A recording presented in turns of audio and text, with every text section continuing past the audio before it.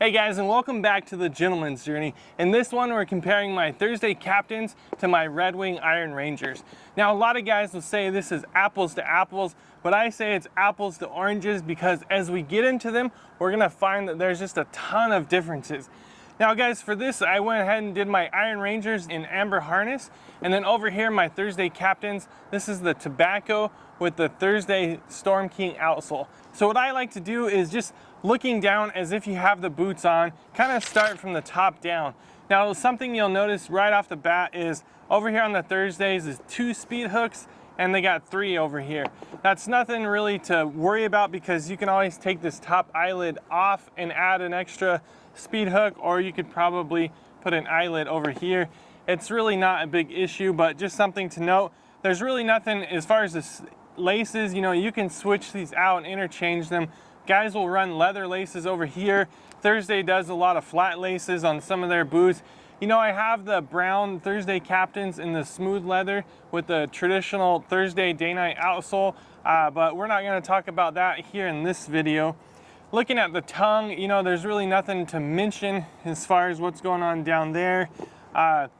These eyelets being chrome really stand out. I haven't seen a Thursday boot with chrome eyelets.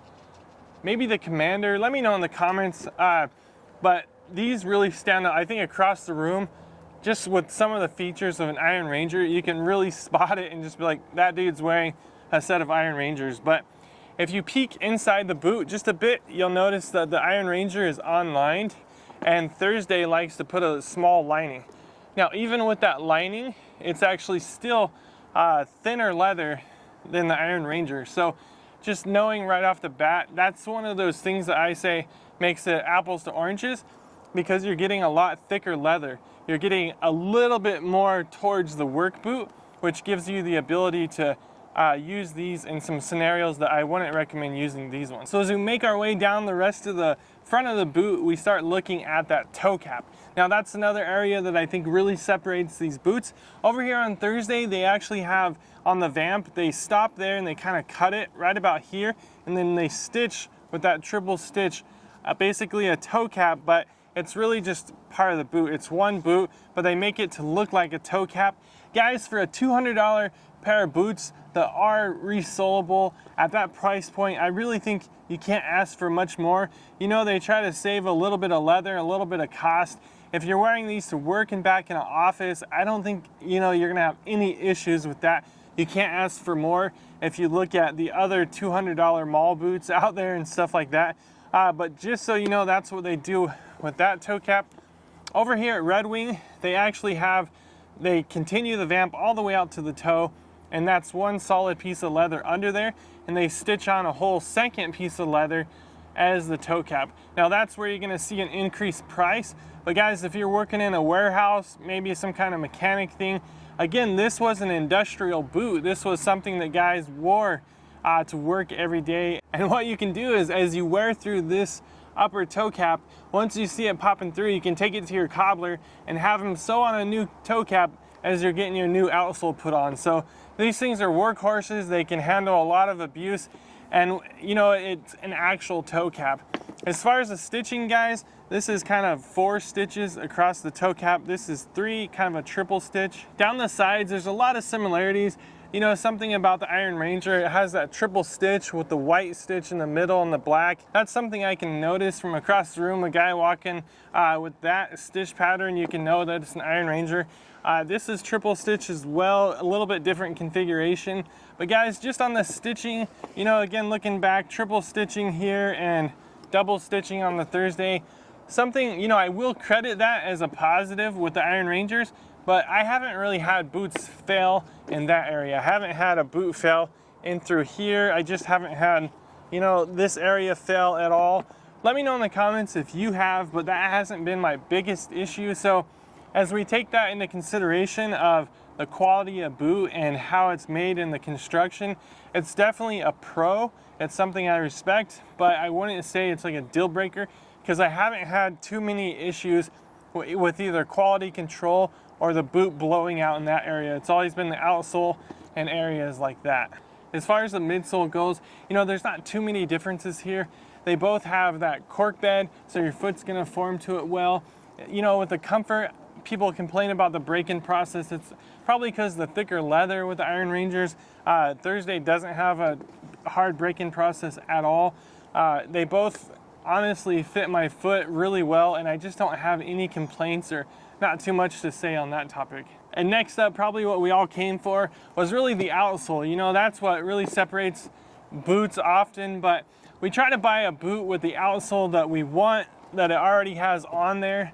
But sometimes you find a boot where you love the upper, you love the construction, it just doesn't have the outsole, or they've been running one for a while and then they switched it. That's what Iron Ranger did. They just recently switched to this Vibram Mini-Lug, and so if you're used to the old style, you might be let down or something like that. But these ones over here, this is kind of a proprietary Thursday Storm King outsole, and just getting into those a little bit, you know, this one doesn't capture the rocks quite like the Vibram lug sole would. I have that on the Roughnecks, but it still will catch a rock from time to time, where the Mini-Lug really doesn't.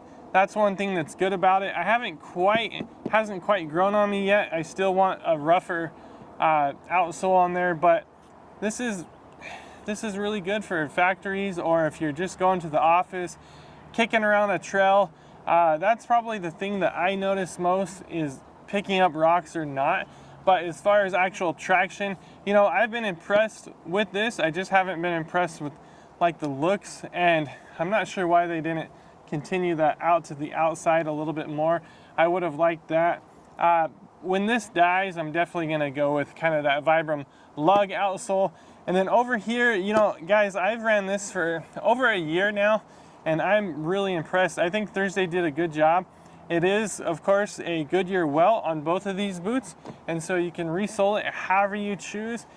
This does have you can see the stitching coming through this outsole over here on the Vibram, and then this one doesn't. So there's a bit more glue on there, and I was super concerned about that at first, but I've had it for over a year now and no issues. So that's kind of the outsole, guys. I want to get into a little bit about the price and kind of what I would recommend.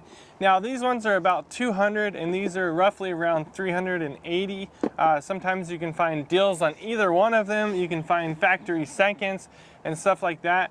Usually there's just the most minor errors, so I would really strongly recommend you guys to check out factory seconds. It's always a good option. But for $200, I really think if you're just getting into boots, you know, you think you need a pair for going to church or doing a wedding or this or that, and you want to get a set of boots and you're kind of on the fence, then I would definitely go Thursday. You can even build out a collection of Thursdays, and you're going to have a great boot in all of them. I just can't speak highly enough about Thursday. Again, for $200, you know, I'm not trying to tell you how to spend your money, but the dumb things we spend our money on that just goes away in a week or a couple days, or you know, you could spend 200 bucks on so many different things. And I've had Thursday boots for years now, and they just hold up like I wouldn't believe. So I've been super impressed. I think they do a quality job. I don't think they hide behind things like the thinner leather, the toe cap. I don't think they're hiding behind these things. They're a really honest company about kind of why they get to that price point, and I just couldn't be happier. I think if you're just getting into boots, that's a great entry-level boot. Now, if you've been running boots for a while and you want to step it up just above the entry level, because guys, boots get into the $800, $1,000 range. I mean, we get crazy about boots. So that's why, shockingly enough, this is still just above the entry level point boot in terms of good quality boots. And some of these brands, of course, you're paying for the name tag on some of them, but I think over at like Nick's or White's, I don't believe you're paying for the brand. I really just think you're paying for good ingredients. And so I was just at Nick's not too long ago, and make sure and check out that video. And I wore my Roughnecks in there, and you know, we were talking about some of the differences between Red Wing and Nick's, and that's where you're gonna find this boot starting to fall short. So I think that Thursday falls short to the Iron Ranger, but then again, this is gonna fall short when you stack it up against other boots. Even this leather would be thin compared to a lot of the work boots over at Nick's or something like that. But you know, this is an American icon. It's a classic. It stands out, like I said, across the room. You can see if a guy's wearing Iron Rangers. I don't care if it's a different color, maybe you have the copper rough and tough. The patina on these things just wears really well. It's tried and true, it's lasted. They have great customer service. You can go into a Red Wing store in most cities across America. You can get a new set of laces and get your boots cleaned and conditioned anytime you want. And I really think that they, at this point, are standing behind their products and just a phenomenal company. You know, I couldn't be happier to work with Red Wing over the years, and I love the Iron Ranger. Again, I'll probably go with a different outsole, but if you look back at my boot collection in 2021, this was the boot that became my favorite. So this was my favorite boot of last year. I had wore the redback probably a little bit more often, because again, guys, don't forget I'm super lazy, and that slip-on boot just goes great in a lot of different occasions for the kind of lifestyle I have. But if I want to put on a good boot and feel confident and feel good about the way I'm dressed, I have no problem grabbing this 9 times out of 10. That's what's made me kind of put these to the back of the closet a little bit, but I still love these guys.